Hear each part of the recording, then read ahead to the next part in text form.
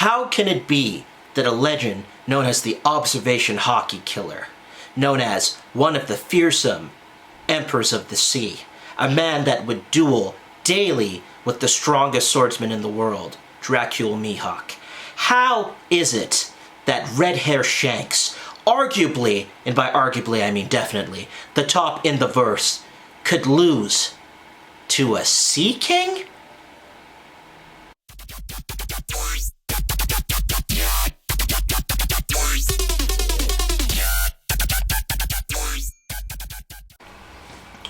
What's going on, people? It's your boy Astro, aka the Galaxy Shogun, and today I wanted to talk about one of the most controversial plot points of One Piece.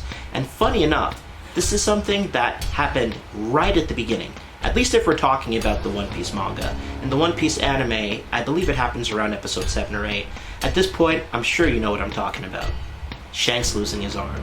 Now, based on what we know about Shanks in the story today, it seems unthinkable that a simple Sea King, one that Luffy was able to actually take out with a single punch as he left his village, would be able to take out the arm of an emperor. It's kind of insane when you say it, and you know, I'm not making this video to be a Oda apologist, you know. I think I'm pretty fair with my criticisms. I mean, Oda is the GOAT, but there's certainly things about the story that I have criticized in the past. But this is not one of them. I think if we look at the information that we have in the story today, we could see that it's actually not all that ridiculous that Shanks ended up losing an arm. In fact, when he met Whitebeard, he directly asked, and by that I mean Whitebeard directly asked Shanks, you know, you used to duel with Mihawk daily. You're also an emperor, like what's going on? Everybody's surprised. Who took that arm from you? And he said, I bet it on the future. Now, it would be really easy to just leave it at that and say, yeah, Shanks intentionally gave up his arm.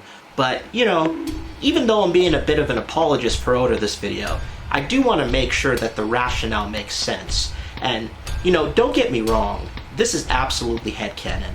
But you know what? You're here at this channel, One Piece content, my perspectives. I'm hoping a few of you by the end of this video might change your mind and go from thinking that this is one of the weaker plot points in the series to something that actually kind of makes a bit more sense when you think about it. Chapter 1. We know how it starts. So, the bandits Higama and his gang, they come into the bar and they embarrass Shanks. We see this replicated in Jaya with Luffy and Bellamy. And this is a very, very, very powerful scene. You know, the Jaya version is more powerful based on the words that Blackbeard said, but that's a whole different discussion. The point that I want to focus on is that Shanks basically allowed himself to get embarrassed. And at that point, he actually was not an Emperor of the Sea, based on the story. You know, he became it a few years after. But it's safe to say he was probably a pretty powerful person.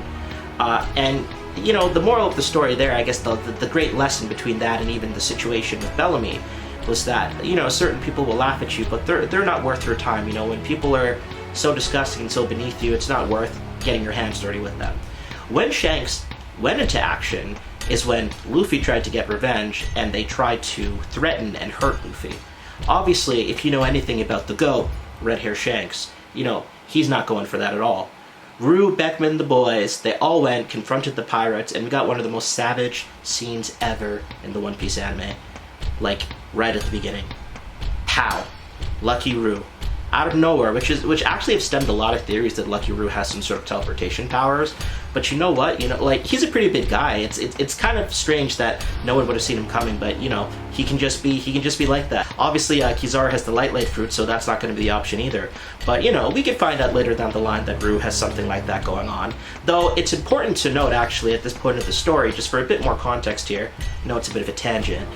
No one on the Red Hair Pirates actually has a double fruit. So as much as that theory is a possibility, and we find out some people do have it, it seems that Shanks and the Red Hair Pirates are just pure hockey masters. Hockey men, as some would say in the very dark depths of the wars between him and Mihawk. He's a hockey man, which obviously Shanks is top one, just putting that out there. My stance should be very clear on that. Anyways, so Shanks goes over there, Rue, Beckman, the boys, they clean up the pirates, but Higama somehow is able to take Luffy to sea. And, you know, karma acts quite fast.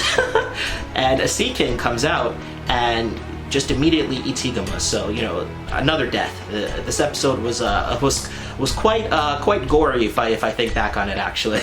But yeah, so Higuma's dead, and now we have Luffy basically drowning because he, you know, prior to this, just ate the gum gum fruit, or we should say the, we know what the truth is about that. For those of you who, everyone knows Gear 5th, right?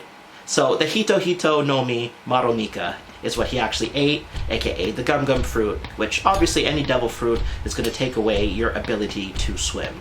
So he is now struggling in the ocean, and this is the very controversial part, obviously. So someone who is as strong as Shanks, we see that even back then, possibly he could have been dueling Mihawk, unless he had some sort of growth immediately after that issue. I think that's pretty unlikely, actually. The fact of the matter is, Shanks should have been pretty powerful at that time. Why was Shanks not able to stop a single Sea King? Did he truthfully need to give over an arm just to save Luffy? Here comes the rationale, people. So first of all, let's say this.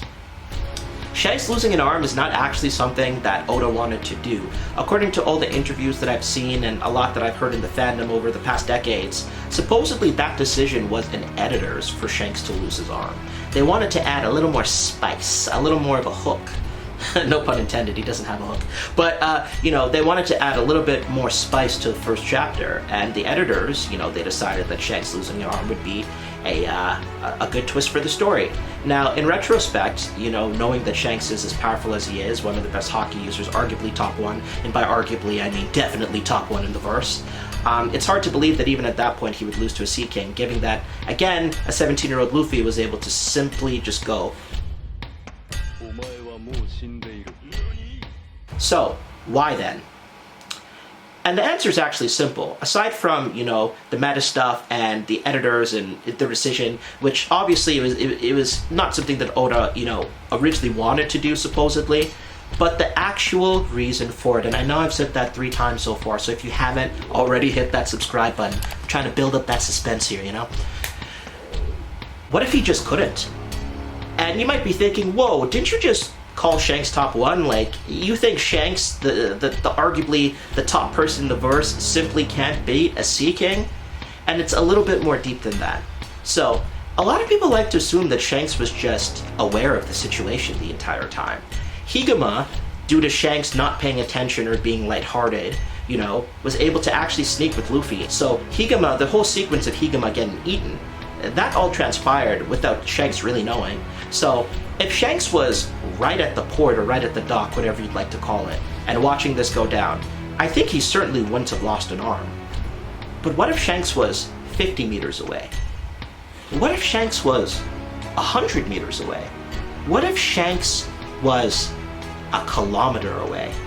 And he used observation Haki or anything else, because another important point is when he did get to the Beast, and you know, the Beast did manage to get his arm, he used Conqueror's Haki.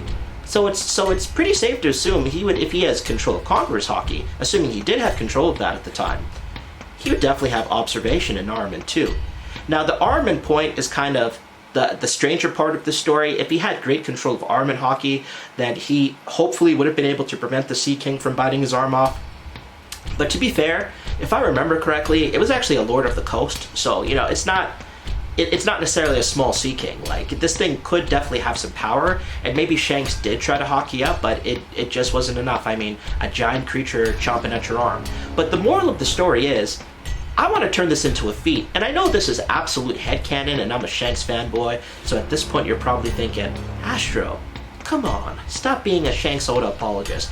But the fact of the matter is, if Shanks was kilometers away, as we saw with what happened on Elbaf with Eustace Kid and the whole damn punk fiasco, and he managed to see that, what if his only option was to save Luffy by giving his arm up?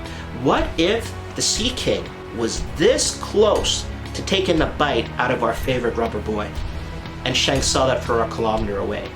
Would it still seem like something that is a plot hole? Would it still feel like, you know, something that really doesn't belong in the story? I'd personally like to think if we had that little bit of added context, which Oda can definitely do, you know, foreshadowing's great, but authors certainly have the right to add things after the fact to make things make sense. Oda's definitely done it. As great as he is foreshadowing, you know, you build on a story as things change and things go. So what if we got that little tidbit of context that Shanks was far, far away from where the incident was going down, and he managed to go kilometers, a kilometer, even hundreds of meters in milliseconds, but the trade-off was he had to lose his arm. Because if he tried to kill the Sea King, it's certainly possible that Luffy could have been in danger. And that's where the bet comes in. Even though he knew that there was a chance that he was not going to make it in time and he was putting himself in harm's way, he made a bet on the future. And by the future, I mean the future Pirate King, Monkey D. Luffy. Thanks again if you made it to the end. You know, I don't do a lot of videos like this with headcanon, but I just think, you know, we need some more creativity sometimes. A lot of things people call plot holes aren't necessarily plot holes, and there's simple things that, you know, you give some context and it can certainly make sense. So as much as that's something that I'm sure Oda didn't want to do, I think at this point in the story we can stop the the agenda with this, because some people legitimately use this as, you know, like a neg towards Shanks, as if like he can't take out a Sea King. You know, can't help everybody. Some people are just cuckoo. Shanks, top 1. Thanks for making it to the end of the video. Subscribe if you haven't already. It's been your boy Astro, aka the Galaxy Shogun, and I got some great content coming for you soon. Peace.